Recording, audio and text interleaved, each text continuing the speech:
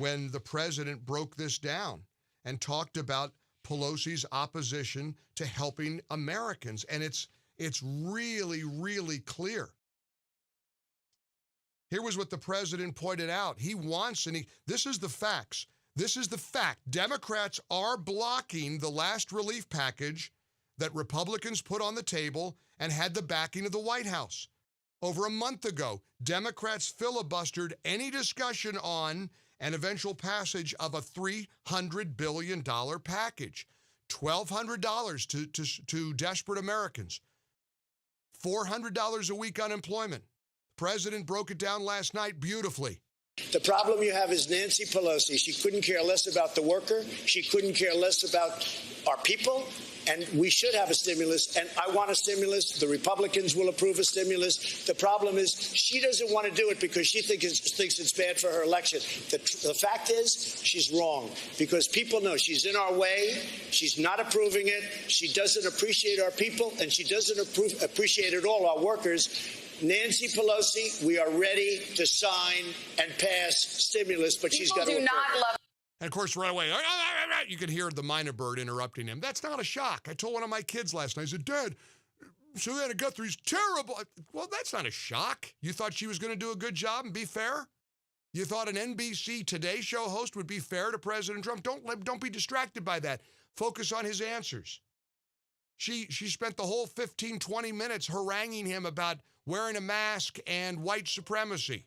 Here we go again, as he put it, with the white supremacy. I think he denounces white supremacy 4 times in this answer alone. You were asked point blank to denounce white supremacy. In the moment, you didn't. You asked some follow-up questions. Who specifically? A couple of days later, on a different show, you denounced white supremacy. No, my question to you is, you've done this to me and everybody. Why does it seem like I denounced white supremacy, okay? You did 2 days later. I denounced white supremacy for Twice. years. But you always do it. You always start off with a question. You didn't ask Joe Biden whether or not he denounces Antifa. I watched him on the same basic show with Lester Holt, and he was asking questions like Biden was a child. Well, so this is a little bit of a dodge. Are you listening? I denounce white supremacy. 3 times. What's your next question? Do you feel, it feels sometimes you're hesitant to do so, like you wait a Here we go again.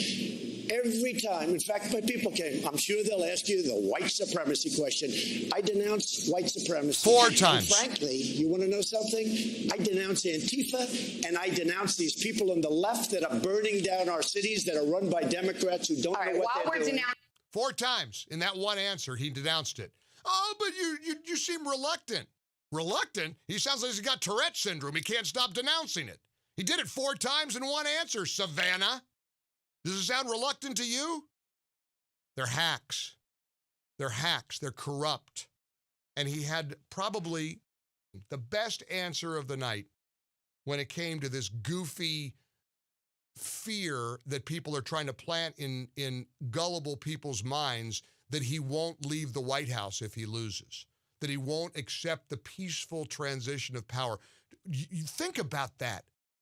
Considering what this administration has been put through from Comey and the dirty cops and the investigations and the coup and the spying, you got the gall to ask him about a peaceful transition of power?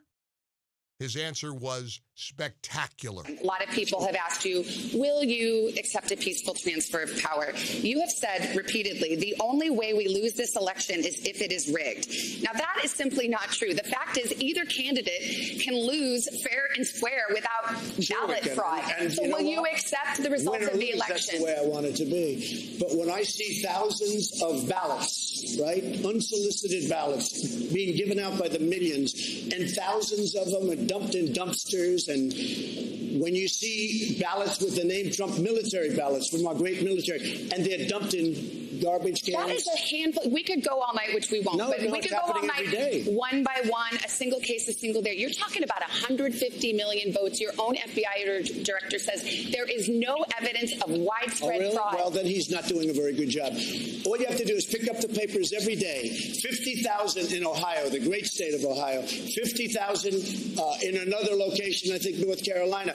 500,000 applications in Virginia. No, there's a tremendous problem. But let me just tell you, they talk about the peaceful transfer, right?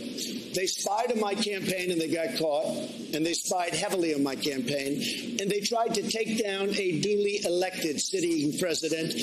And then they talk about, will you accept a peaceful transfer? And the answer is yes, I will. But I want it to be an honest election, and so does everybody else. When I see thousands of ballots dumped in a garbage can and they happen to have my name on it, I'm not happy about that. But just of course, she couldn't even let him finish the sentence because she didn't all night. But he said, the answer to the question, will I accept a peaceful transition? The answer is I will. I wonder if he was too hesitant for Savannah Guthrie's approval.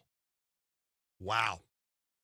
Listen, he gave every reason in the world to reelect him last night. It was a great night for President Trump. It was a great night for Republicans. It was a great night for every Republican senator on the ballot. And there's a lot of Senate races that are up in the air. Lindsey Graham is being challenged mightily by Hollywood, by all the out of state money, with this Jamie Harrison, who's spending a lot of money. These Democrats are doing everything they can. How about in Arizona, the race between Martha McSally and Mark Kelly? Did you hear that his team, a key member of his team, his deputy press secretary, called police worthless effing pigs a few weeks ago, back in August, posting a video that showed police encountering people gathered to protest in Chicago? That's right. The guy is Mark Kelly, Democrat Senate candidate Mark Kelly in Arizona's deputy press secretary, publicly calling the police worthless effing pigs. Yeah, you go vote for Mark Kelly. You go ahead. Or vote for Martha McSally. The choice is very clear. Very clear. Choice is clear across the board in this election. This is a battle between right and wrong. This is a fight between decency, civility, civil law and order. So it's not right and left anymore. You have a deputy press secretary calling police a worthless effing pig on social media. You do not get the privilege of being elected to the United States Senate. You're pouring a bunch of money into the state of South Carolina, trying to get Lindsey Graham defeated, who is doing a splendid job chairing this Senate Judiciary Committee hearing with Amy Coney Barrett, who's fought for South Carolinians for years. Yep, he started out not on Team Trump, but he, just like many others, put the country's interests ahead of his own personal political positions and is all on board with this president. Lindsey Graham needs to be reelected. Tom Tillis needs to be reelected. Fighting hard for North Carolinians. Don't let them win.